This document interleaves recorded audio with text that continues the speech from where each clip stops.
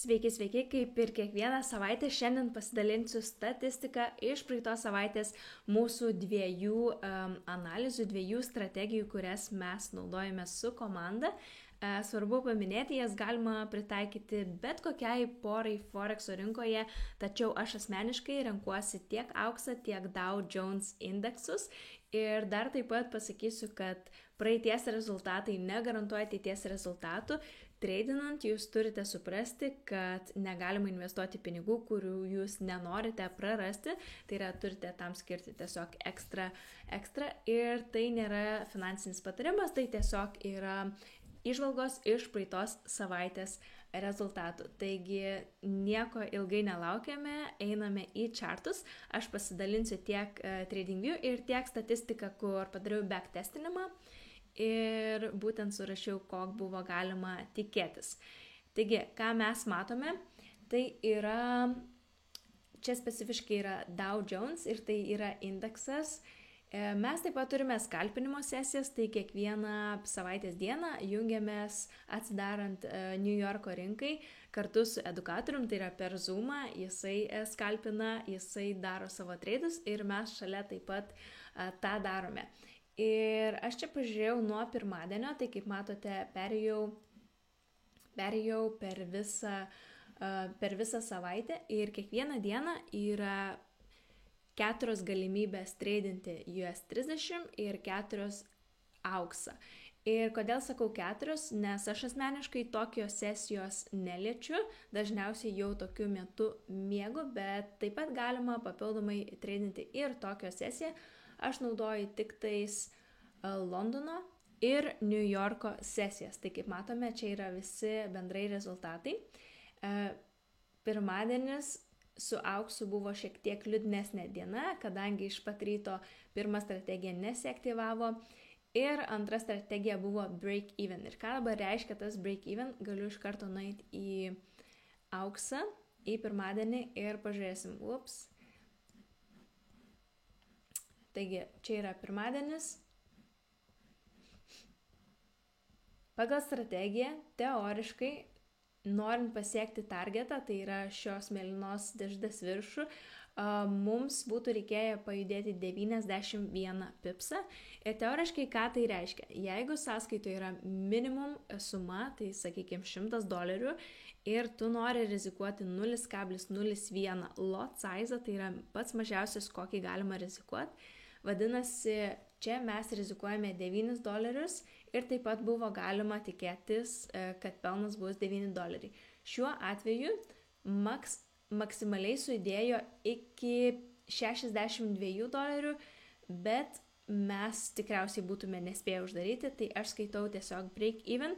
Ir ką tai reiškia, vadinasi, mes mūsų stop loss, tai yra apsaugome kapitalą, ir perkeliame stop loss į entry poziciją. Arba šiek tiek virš, vadinasi, gauname pliuso, uždėsiu, tarkim, žalią juostą. Sakykime, čia juda rinka ir pradeda važiuoti į viršų. Šioj vietoj, kai pradeda jau stipriai su dideliu momentumu kilti į viršų, mes tiesiog perkeliam į break even, sakykime, su šiek tiek pliusu. Kiek čia būtų galima paskaičiuoti? Svaras, euras ar doleris 20 centų. Tai yra tikrai nedaug, bet pagal akauntą, kurį mes turime, tai yra 1%. Jeigu naudosime taisyklės rizikavimo, kaip ką tik paminėjau, su nedideliu akauntu treidinant. Tai būtent tą turiu omeny, kai sakau break even. Tai čia buvo auksas, New Yorko sesija iš karto buvo minusas, bet mes turime antrą strategiją, kurią galime pritaikyti, jeigu pagal pirmąją buvo minusas ir tokiu atveju šiai dienai tiesiog buvome plus minus su auksu ant nulio. Bet taip pat buvo ir Dow Jones prisirinkome šiek tiek pipsų, nebuvo labai daug, bet tiek Londono sesijoje, tiek New Yorko sesijai su pirmąją strategiją būtume gavę pelno, tad šito minuso mums visiškai nereikėjo susirinkti, kadangi tos strategijos nereikia naudoti, jeigu jau su pirmąją turim pliusą. Judant toliau, antradienis su auksu visiškai fantastiškai, Su Dow Jones buvo šiek tiek sunkesnė diena, bet bendroji sumoji tikrai neblogas pliusas, jeigu vadovautis tom pačiom taisyklėm, kaip sakiau, su 0,01 arba šiuo atveju 10 centų per pipsą, tai su Dow Jones šiek tiek skiriasi priklausomai nuo brokerio. Tavo lot dydis vis tiek būtų 110 pipsų bendroj sumoj. Ir trečiadienis buvo visiškai fantastiška diena, nebuvo neįmanoma pralaimėti, kodėl dabar čia yra penketas. Nueinam į trečiadienį, Dow Jones pagal antrą strategiją, tuoj aš įsijungsiu. Pasimečiu, jos 30.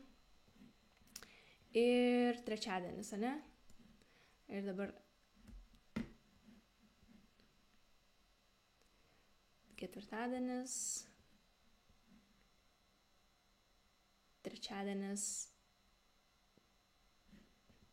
trečiadienis Londono sesija. Štai čia. Čia yra antroji strategija. Žinoma, aš čia nieko nesidalinu, nei kaip mes įeiname į treidus ir taip toliau, kadangi visko galime išmokti su mūsų edukatoriais. Čia yra būtent į video pagrinde, tai yra Papa Forex, pagrinde viskas yra ispaniškai, bet tos pagrindinės strategijos yra padaryta ir anglų kalba, kaip matote, Free Kill and Kill Zone Strategies. Ir einant tolyn bus tik daugiau anglų kalba, kadangi mūsų bendruomenė angliakalbių tik tais auga. Tai čia penketas, kadangi pagal šią strategiją, baigiantis laikui, mes turėjome uždaryti bet kokiu atveju ir tiesiog buvo 5 pipsai tuo metu. Taigi, trečiadienis buvo fantastiškas, Ketvirtadienis auksui puikia pradžia. Su pirmąja strategija, Londono sesija, tiek pirma, tiek antra. Žinoma, gali rinktis, kurias nori naudoti, kiek nori naudoti, ar bendrai viską nori naudoti. Ir čia yra būtent paskaičiuota bendrai, jeigu paėmus visą lentelę, be break even. Tai nei šito aš nepriskaičiavau į štai čia. Ir bendrai paėmus yra 988 pipsai. Tai kaip ir minėjau, naudojant visus treidus su $100 sąskaitoje, su pačiu minimaliausiu lotu, kiek įmanoma, kiek leidžia brokeris minimaliai rizikuoti, būtų buvę galima tikėtis $98. Tai skaitau tikrai fantastiniai rezultatai. Ir bendrai win rate yra 75%. Dar ką noriu paminėti, tikrai ne vienu atveju buvo galima, pavyzdžiui, čia matome risk to reward, vadinasi, jeigu rizikuojam $10, galime tikėtis $10. Bet buvo čia galima siekti TP2, aš tiesiog rodau pavyzdį su TP1, kas irgi tikrai labai puiku, bet jeigu matome tokią situaciją, galime pamatyti, kad be problemų buvo pasiektas ir TP2.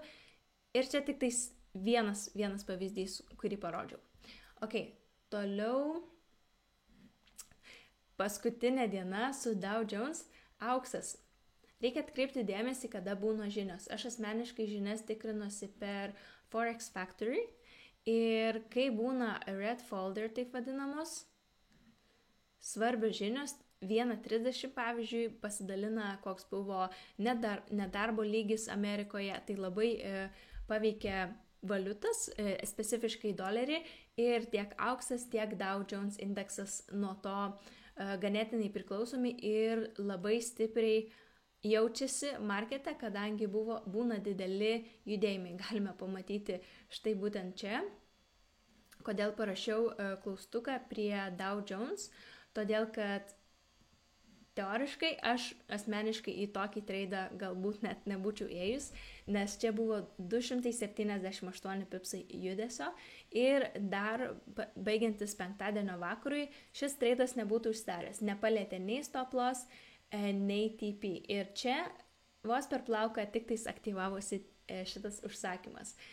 Auksas labai panaši situacija penktadienį.